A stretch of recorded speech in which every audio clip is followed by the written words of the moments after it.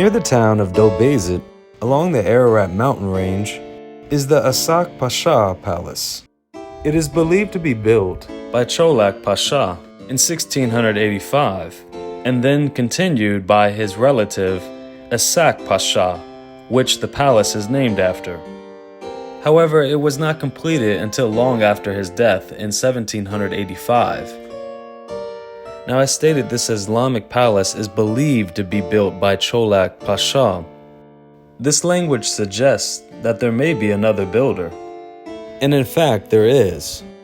The palace was originally built by the Bayanili people, better known as the Urartu, around the year 800 BC. They were a group of tribes that lived throughout the mountain ranges north of Assyria. There they later became the vassals of the Assyrians, and then the Hittites, and then once again the Assyrians. Their capital Tushpa was just southeast of here, located in what is today's Van, next to Lake Van. Then during the early 9th century BC, the tribes formed the Bayanili Federation, choosing King Arami from among them to rule over them.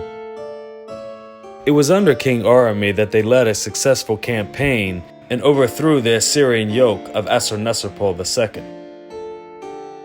Bringing us back to the palace fortress outside Dobezit. It was probably built by King Arami's successor, Sarduri I, who built this palace fortress sometime in the 9th century BC, with part of the wall system and the palace's foundation still intact. And this is because the palace fortress was maintained until 1514, when the Ottomans took it from the Persians. The Ottomans decided to abandon the fortress, dismantling many of the buildings and much of the wall system.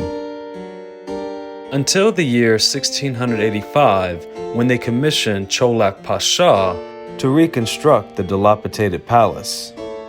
He began the work by using the already laid foundation of the previous palace, incorporating much of the material that had been left behind into the palace as well.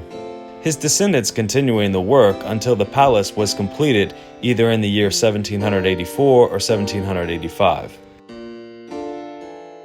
And thus the mystery is solved of who were the original builders of the Ishaq Pasha Palace.